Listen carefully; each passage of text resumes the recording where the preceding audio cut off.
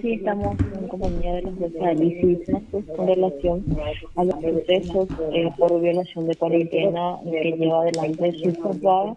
Al momento, más de 100 millones de guaraníes es lo que han otorgado como reparación del daño. Vamos a escuchar lo que estaba manifestando la magistrada. El concepto, bueno, en primer lugar, yo parto de la base, ¿verdad?, de que hemos acordado que sea una suma conforme a lo que fue la infracción, porque no debemos de olvidar también de que muchas personas fueron imputadas por hechos, por ejemplo, de que han salido de su domicilio con el único móvil que tenían, ¿verdad?, y tal vez la chapa no era del día apropiado, pero ese es su modo de desplazamiento, entonces uno no puede ser tan exigente. Sin embargo, hay otros, ¿verdad?, que han hecho fiestas o eventos, ¿verdad? Entonces, por supuesto, eso ya es una opción, ¿verdad?, que podía haberse evitado, y en esos casos aumenta el monto de la reparación. En lo que va del inicio de esta pandemia, ¿cuántos procesos lleva adelante su juzgado con relación a violación de cuarentena sanitaria? Me asignaron a mí prácticamente, diríamos, entre 70 80 causas, ¿verdad? Y de esas 70 80 estaríamos hoy menos de 30 activos, vamos a decir, pendientes de audiencia, menos de 30. Y de esos 30 tenemos también una partida importante en estado de rebeldía. Para entender un poco, doctora, este monto de dinero que se recauda en concepto de reparación del daño para los procesados por violación de la cuarentena, ¿dónde destina la Corte? Acordamos también, para no estar habilitando cientos de cuentas, ¿verdad?, por este tema, se acordó con el Ministerio de Salud una cuenta que responde a la Asociación de Funcionarios, pero que está administrada por el Ministerio de Salud, en lo referente a esta suma. Entonces, para hacer ágil, ¿verdad?, el depósito mismo para el mismo procesado en esa cuenta. Entonces, es una cuenta oficial, que es la que todos los jueces de todo el territorio de la República que estamos con el tema de expedientes de cuarentena debemos de depositar. ¿Doctora, el monto que hasta el momento se ha pagado en concepto de reparación de daño en su juzgado? 110 millones y más. 110 millones 500 más o menos en efectivo ya depositado. Y además de eso, ¿verdad?, sumas de fraccionadas en un año que estarían entre los 125 y 150 mil guaraníes también que van depositando los procesados. Muchísimas gracias, la jueza Lizy Sánchez. Con relación a los procesos por violación de cuarentena sanitaria, es importante mencionar que también el juzgado de Julián López se encuentra a cargo de otros procesos, como el juzgado del doctor Alcides Corbeta. Son 3 juzgados de garantías los que tienen a su cargo estos procesos, que en su mayoría se dan suspensiones con reparación del daño. Perlita, Sí. ¿podemos hacerle algunas consultas técnicas, como se dice en la jerga periodística, a la doctora? Claro que sí. Carlos, doctora, si quiere hablar. Carlos. Sí. ¿Sí es eso o cómo es? Hola. Doctora, buen día, ¿cómo estás? ¿Cómo te va, Carlos? ¿Cómo estás? Bien, estamos con Marcos acá y queremos hacerte alguna consulta. ¿Cómo está? Muy en debate todo este tema, el decreto del Ejecutivo y todas esas cuestiones. Algunos miran como negro, otros miran como blanco y otros miran como gris. Ahora, lo que yo te querría preguntar es, así como catedrática, como docente, y siendo nosotros tus alumnos, y en una clase sencillísima te preguntamos, por ejemplo, la gente pues quiere saber, la gente común, el que transita, el que circula, el que va y lleva trabajando, por ejemplo, ¿se le puede pico detener, imputar a alguien por esa circulación, a un delivery, por ejemplo, que va a llevar las cosas? O en este caso, en este último caso que se viralizó muchísimo, ese señor que se iba en su camioneta o en su camión con su esposa y su hijito, que la policía le detuvo. ¿Se puede hacer eso o no, doctora? O sea, nosotros somos tus alumnos, los que nos escuchan así en términos sencillísimos. Sí. Hace un momentito estaba hablando justamente acá con colegas tuyos sobre el tema de cómo se hace el cálculo de la reparación del daño. Y al respecto yo estaba diciendo, una cosa es cuando el ciudadano paraguayo tiene la necesidad de salir para su trabajo, tiene un solo medio de transporte, su moto, ¿verdad? Y resulta que ese día la chapa no estaba habilitada, etcétera, etcétera. Otra cosa es que yo esté jugando piquibole, que esté haciendo un evento, una fiesta, una convocatoria. Yo creo que en ese sentido el juez debe tener un criterio al evaluar qué procedimiento es el que va a adoptar. El Ministerio Público desde ya ya ha dejado de imputar, vamos a decir, sino que directamente piden salidas procesales para esa situación.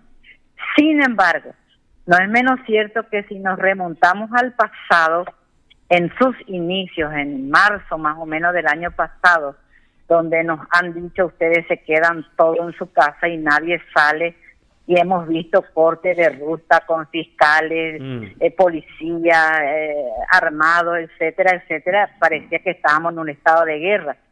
Y nos habían dicho que era la única manera que nosotros podíamos evitar el contagio.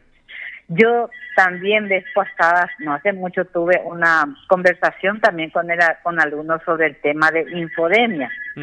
Nos dijeron también que no podían entrar al país, que tenían que hacerse cuarentena, que se tenían que habilitar albergues. Es decir, una serie de situaciones nos han dicho, y eso ha significado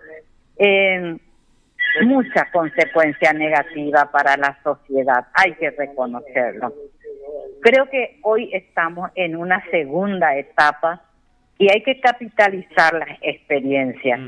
Hay que ver, ya en este momento ya hay vacuna en el mundo entero, ya hay medicamentos, ya hay una serie de nuevos acontecimientos, de nuevos hechos, como solemos decir nosotros acá en el Poder Judicial, que hace que se modifiquen, pero sustancialmente, los criterios, los puntos de vista y la aplicación del proceso.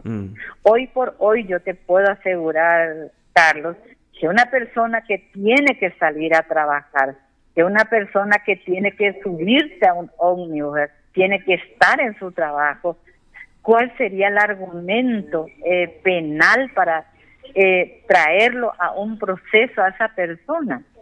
Porque si vamos a comenzar con las garantías constitucionales, vemos que el derecho a trabajar está garantizado.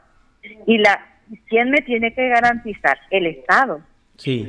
¿Y cómo me debe de garantizar? Proveyéndome en primer lugar trabajo y en segundo lugar facilitándome todo lo que sea necesario para que yo pueda desarrollar ese trabajo. O sea, hay un antes y hay un después de todo esto. Sí. Evidentemente la carga de la experiencia más dolorosa, vamos a decir, lo han llevado a nuestros compatriotas, los ciudadanos de la calle. Eso es lo que puedo decir hoy. Ahora, y si yo, está muy bien, o sea, se garantiza el trabajo, y si yo, Carlos Benítez, me voy al parque, ahora estoy cerca del Palacio, en la radio, a 4 cuadras del Palacio, y me quiero ir al parque Carlos Antonio López. Salgo a la calle, me voy tranquilamente, me estoy yendo al parque, con mi tapaboca, con un alcoholcito en la mano, y me detiene ahí, antes de ingresar me detiene la policía. Y me dice, está prohibido porque son hasta las 8 nomás la circulación. Entonces, pero yo estoy caminando y no le estoy, ni hay ni la más mínima posibilidad de que yo le infecte, ni le transmite absolutamente a nadie, no existe un riesgo en cuanto a la salud de los demás. Me puede atajar la policía y llevar a la comisaría y pasar un acta a la fiscalía, por ejemplo. Bueno, ahí vamos a irnos a otra cuestión, ¿verdad? Sí. ¿Cuál es el instructivo que recibe el personal policial? ¿Cuál es el instructivo? Hay un decreto. Sí. Entonces, yo, vos y todos sabemos que el personal policial no es deliberante. Tiene que cumplir la orden. Sí. Entonces, ¿qué pasa? Claro que lo va a atajar. Claro que lo va a llevar a la comisaría. Claro que le va a quitar sus datos y demás cosas. Sí. Claro que lo va a hacer, porque está fundado en un decreto presidencial. ¿Qué? Ahí es donde cambian las cosas, cuando ya tiene que intervenir o el Ministerio Público o intervienen los abogados o quien sea, ¿verdad? Ahí sí ya viene la discusión sobre el alcance Claro. del decreto presidencial, si no está colisionando, ¿verdad?, con normas de garantías constitucionales. Claro, y ahí eso es importante. Entonces, ahí el fiscal tiene que decir si le imputo o no le imputo por este hecho a Carlos Benítez, porque ¿qué es lo que él puso en riesgo? ¿La salud de alguien? No. Entonces, o si el fiscal imputa, el juez de garantía puede revisar eso. Si mi abogado entonces cuestiona y argumenta, por ejemplo, de que no hubo una violación penal, o cómo sería, No Marco? hubo una... Acá lo que no hay, Carlos, en tu ejemplo, y me va a corregir la doctora si no es así, en tu ejemplo lo que no hay es una desvirtuación de la norma sanitaria que prevé el contagio. Exacto, exactísimo. Exacto, porque ese decreto se funda en normas sanitarias, en un protocolo sanitario. Entonces, si no tienen los presupuestos de la norma sanitaria de la pandemia, que es la que nos dice que se tiene que tomar ciertas medidas urgentes, entonces eso es lo que nosotros tenemos que evaluar.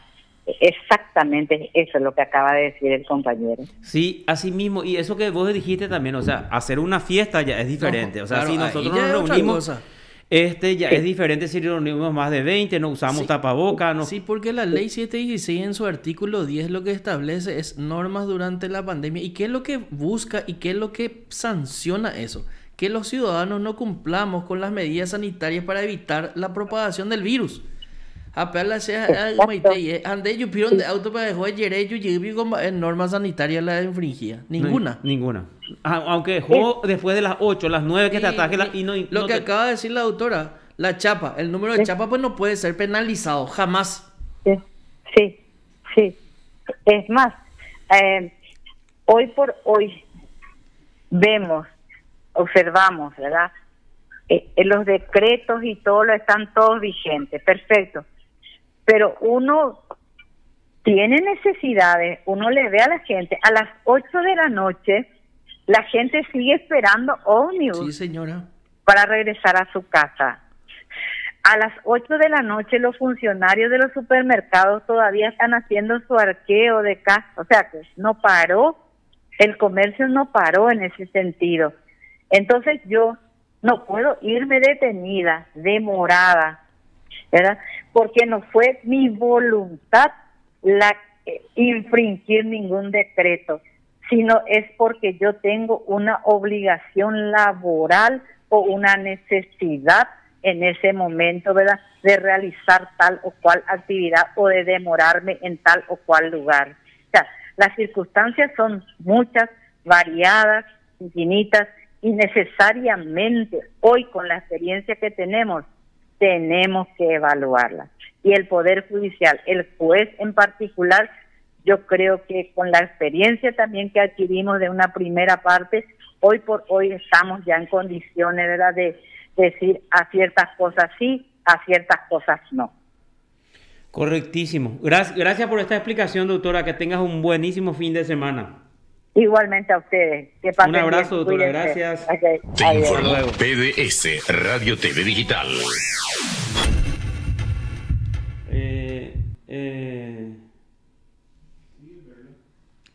Bueno, Perla. Señor.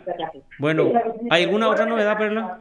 Sí, también el caso del exministro Rodrigo fue llevado a juicio oral, también es una información de último momento. Entonces ya se suma a lo resuelto con relación a Enzo Cardoso. Hablamos de estafa, lesión de confianza, 3.700 millones supuesto perjuicio al MAT. 3.700, así mismo. Esta Sí. es la causa más chica, porque la otra es de 68.000 millones, Vania. Que ya también fue llevado a juicio. Exacto. Perfecto, Perla. Gracias, Perlita. Dale, señor. Buen fin de semana para igual, todos. abrazo, abrazo. Te informó PDS Radio TV Digital. Y bueno, ahí está.